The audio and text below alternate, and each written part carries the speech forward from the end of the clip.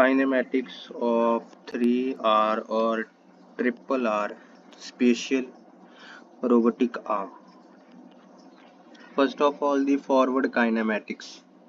In this kinematic diagram of 3R spatial articulator robot, we can see that it has three joints. One joint is twist joint, and other two joints are revolute in nature.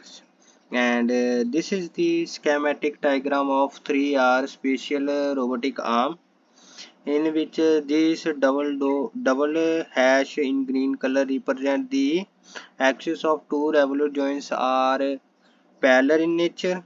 And this is the CAD model of 3R spatial robotic arm.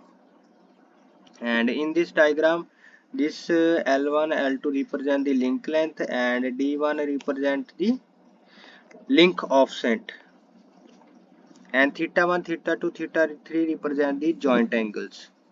So in this slide we just determine the DH parameters of our given robot. First of all, we assign the frames to the all joints of the robot. First frame is fixed frame, that is represented by x0, y0 and z0, that is fixed throughout the articulation motion of the robot. Then second frame, that is z1, x1 and y1. Z1 represent the axis of rotation of joint 1, that is twist joint. Then z2 represent the joint axis for joint 2, theta 2. And then z3 represent the axis of rotation of joint 3.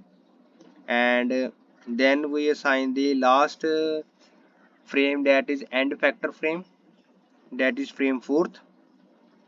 Then x0, x1, x2, x3 and x4 by using the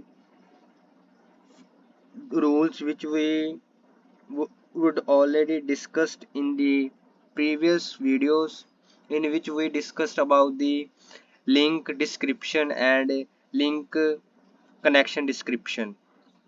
And after assigning the frames, we determine the DH parameter which are written in this table, that is link twist for moving the motion from frame 0 to 1, that is link twist is 0 because they are coincide. Then when we go from frame 1 to frame 2, then the rotation of z1 and z2 is into the anti-clockwise direction about the x1, so that's why this is 90 degree. And then when we shift from z2 to z3, there is not rotation about the x2, that's why this is 0. And when we go from z3 to z4 and there is not rotation about the x3, that's why this is also 0. Then is link length, because the frame 1 is coincide with the frame fixed 0, so that's why there is not link length. But and then when we go from link 1 to link 3, there is not any distance along the x1 because the z1 and z2 are coincide about, and that's why there is not any link length, so this is also 0. But when we go from z2 to z3, there is distance along the x2 direction, that is L1, so that's why this is L1. And when we go from z2 to z3, there is also distance along the x3 direction, that is L2, that's why there is link length is L2. Then link offset, because frame 1 and 0 are coincide, that's why it is 0.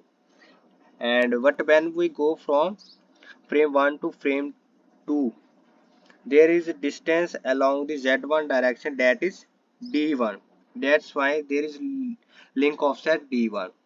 And when we go from x2 to x3, there is no distance along x3. And when we go from x3 to x4 there is not distance along xz4, that's why it is 0 0, and the joint angle is theta 1, theta 2, theta 3. So thus we get the dh parameters. O fixed represent the reference frame in this assigning frame diagram. O1, O2, O3 represent the intermediate frames, and O4 represent the tip or end effector frame.